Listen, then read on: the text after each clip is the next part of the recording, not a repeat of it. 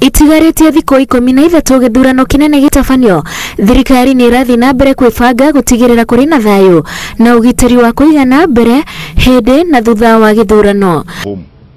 Our goal in the security sector, and this is something I need to emphasize, our goal in the security sector is to ensure that we have an incident-free 2017 general election. An incident-free 2017 general election. Na gutigirira itanya riu ni riahinga minister wa ugitiri Fred Matiang'i na nene angĩ a borithi macemania na nene a borithi a kuma icigo itiganĩte cia Rift Valley kuria kuri na icigo imwe igũmĩirwo nĩ wagi wa ugitiri. To sort out that nonsense in Laikipia once and for all. We can't have a part of a country where year in, year out we are going back to issues that are disrupting a lot of our businesses. What has been happening there has affected tourism in that belt of the country. It has made it difficult for businesses to operate in that particular area. It is time for us to sort that out once and for all.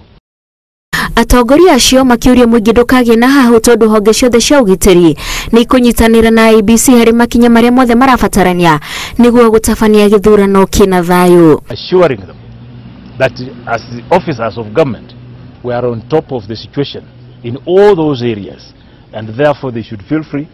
Come polling day, they go, vote, and go home and wait for results.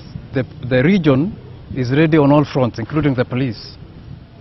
I just want to underscore one matter that he mentioned, and that is the ongoing operations in Baringo, specifically parts of Baringo and parts of Laikipia, because it's not the whole county, it's just certain parts.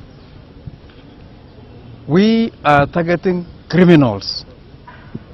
I repeat, criminals. So any peace-loving mwananchi wishes to vote on that material day is free to do so. Mbere iyo minister ni arugũririe ndege ĩrĩa ĩhũthagĩrwo nĩ maabitha ugitiri mihang'o-inĩ yao ya mũthenya. Ngĩribotera Inooro TV, njĩtagwo Wanjikũ wa Kimani.